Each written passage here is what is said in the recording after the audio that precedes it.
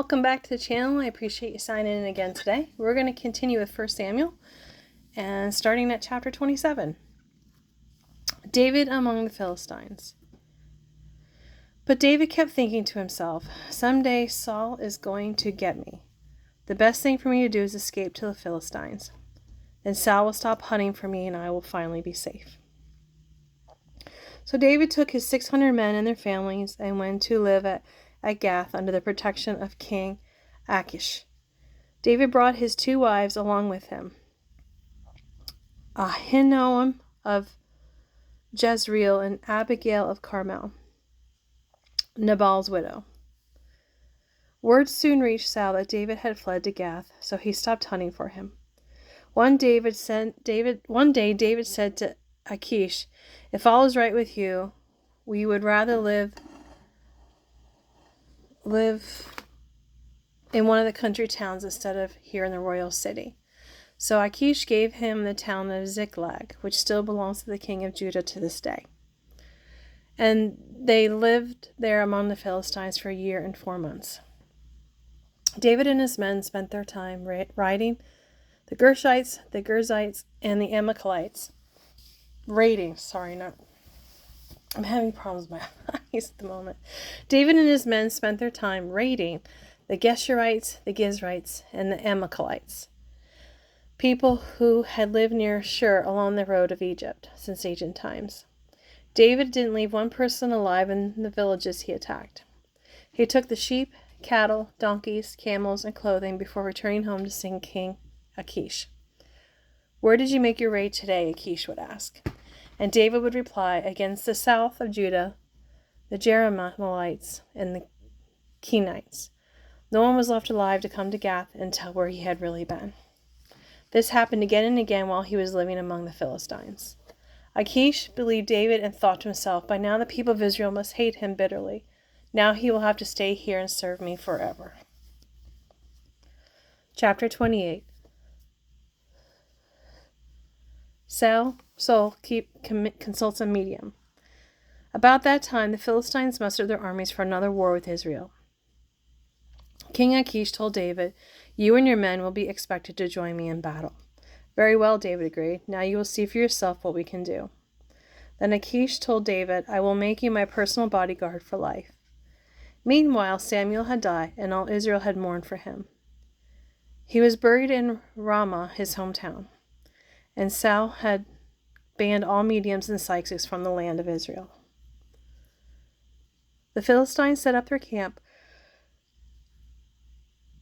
in Shunem, and Saul and the armies of Israel camped at Gilboa. When Saul saw that vast Philistine army, he became frantic with fear. He asked the Lord what he should do, but the Lord refused to answer him, either by dreams or by sacred lots or by the prophets. So Saul then said to his advisors, "Find a woman who is a medium, so I can go ask her what to do." His advisors replied, "There is a meeting at Endor." So Saul disguised himself by wearing an ordinary clothing instead of his royal robes. Then he went to the woman's home at night, accompanied by 2 of his men. "I have to talk to a man who has died," he said. "Will you call up his spirit for me?" "Are you trying to get me killed?" the woman demanded. "You know that Saul has expelled all the mediums and psychics from the land. Why are you setting a trap for me?" But Saul took an oath in the name of the Lord and promised, "As surely as the Lord lives, nothing bad will happen to you for doing this." Finally the woman said, "Well, whose spirit do you want me to call up?" "Call up Samuel," she replied. When the woman saw Samuel, she screamed, "You've deceived me. You are Saul." "Don't be afraid," the king told her. "What do you see?" "I see a God coming out of the earth," she said. "What does he look like?" Saul asked. "He is an old man wrapped in a robe," she replied. Saul realized that it was Samuel, and he fell to the ground before him. "Why have you disturbed me by calling me back?" Samuel asked. "Because I am in deep trouble," Saul replied. "The Philistines are at war with us, and God has left me and won't reply by prophets or dreams. So I have called for you to tell me what to do."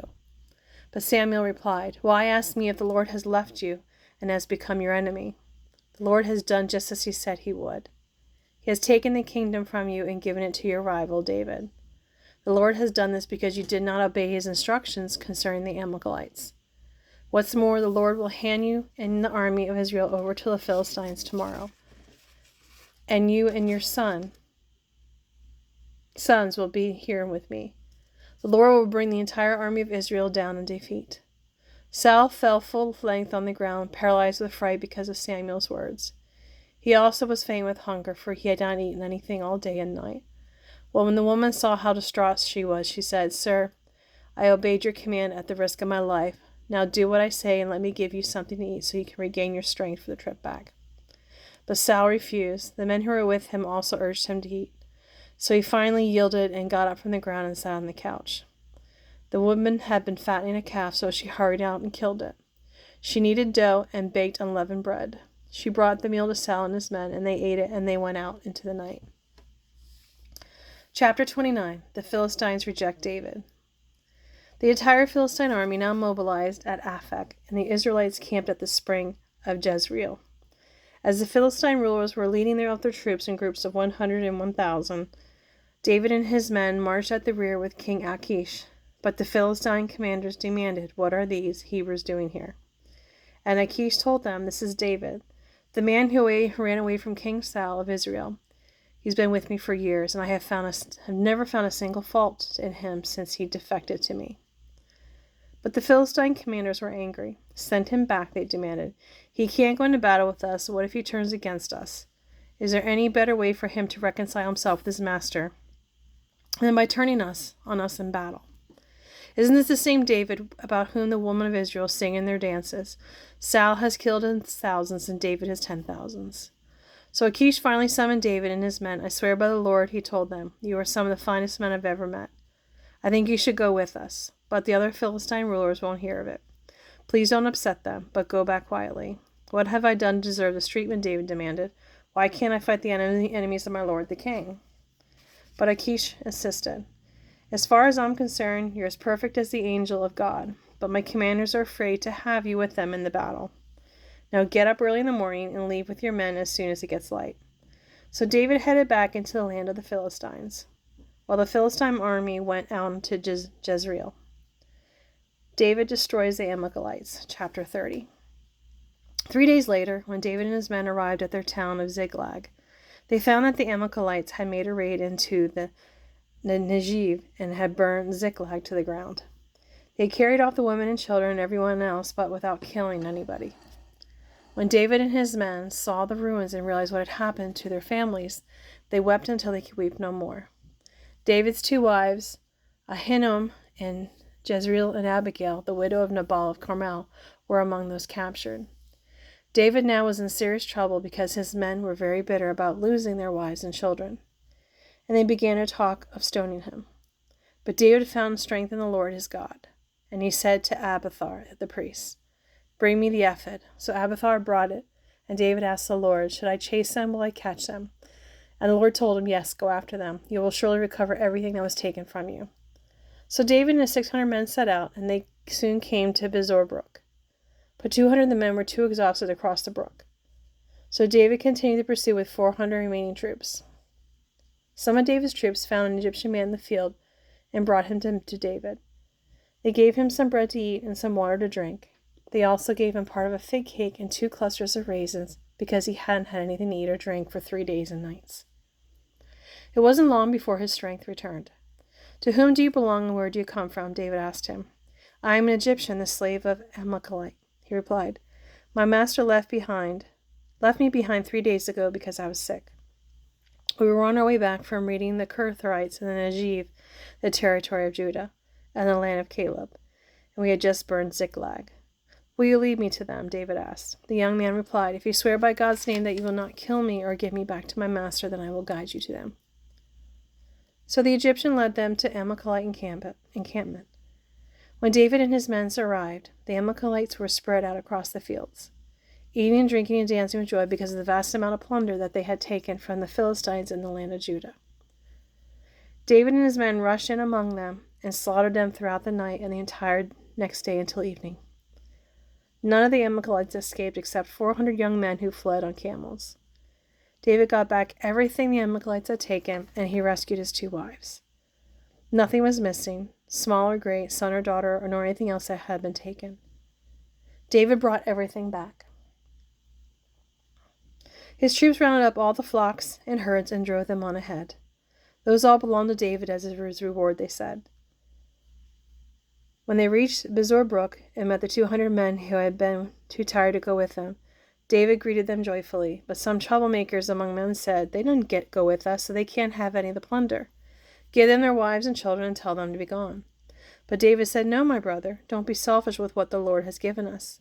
He has kept us safe and helped us defeat the enemy. Do you think anyone will listen to you when you talk like this? We share and share alike. Those who go to battle and those who guard the equipment." From then on, David made this a law for all of Israel, and is still followed. When he arrived at Ziklag, David sent part of the plunder to the leaders of Judah, who were his friends. "Here is a present for you taken from the Lord's enemies," he said. The gifts were sent to leaders of the following towns where David and his men had been: Bethel, Ramoth Negev, Jatir, Auror, Sifmoth, Eshtemoa, Rakal, the towns of Jerahmeelites, the towns of Kenites, Hormah, Borashan, Athak, Hebron, and all the other places that they had visited. Chapter 31. The death of Saul. Now the Philistines attacked Israel, forcing the Israelites to flee. Many were slaughtered on the slopes of Mount Gilboa. The Philistines closed in on Saul and his sons, and they killed 3 of his sons: Jonathan, Abinadab, Malchishua. The fighting grew very fierce around Saul, and the Philistine archers caught up with him and wounded him severely. Saul groaned to his armor-bearer, "Take your sword and kill me before these pagan Philistines run me through and humiliate me." But his armor-bearer was afraid and would not do it. So Saul took his own sword and fell on it. When his armor-bearer realized that Saul was dead, he fell on his own sword and died beside the king. So Saul, 3 of his sons, his armor-bearer, and his troops all died together the same day. When the Israelites on the other side of Jezreel Valley and beyond the Jordan saw that their army had been routed and that Saul and his sons were dead, they abandoned their towns and fled. So the Philistines moved in and occupied their town. The next day, when the Philistines went out to strip the dead, they found the bodies of Saul and his 3 sons on Mount Gilboa. So they cut off Saul's head and stripped of his armor. Then they proclaimed the news of Saul's death in their pagan temple and to the people throughout the land of Philistia. They placed his armor in the temple of Ashtoreth, and they fastened his body to the wall of the city of Bethshem. But when the people of Jabesh Gilead heard what the Philistines had done to Saul, their warriors traveled all night to Bethshan and took the bodies of Saul and his sons down from the wall. They brought them to Jabesh, where they burned the bodies. Then they took their remains and buried them beneath the tamarisk tree of Jabesh, and they fasted for 7 days. Well, that is the end of 1 Samuel. We, as you can see, will start 2 Samuel tomorrow. And I appreciate you joining me. And I hope you have a wonderful day and a blessed day, and I'll talk to you then. Bye.